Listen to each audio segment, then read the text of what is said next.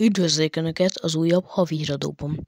Hetente helyett havonta lesznek a hírek. Ezt a játék késése miatt lesz. A játékot december 20 és 31 között tervezik, de valószínűleg tavasszal fog kijönni. Arra számítsanak. A Sandburg egy oldalt kapott. Ha beírják egy bármilyen böngészőbe azt, ami a leírásban található kód, akkor ott lesznek a szerverünkön. Előre is várjuk Önöket. Mostantól más munkák is várhatóak lesznek.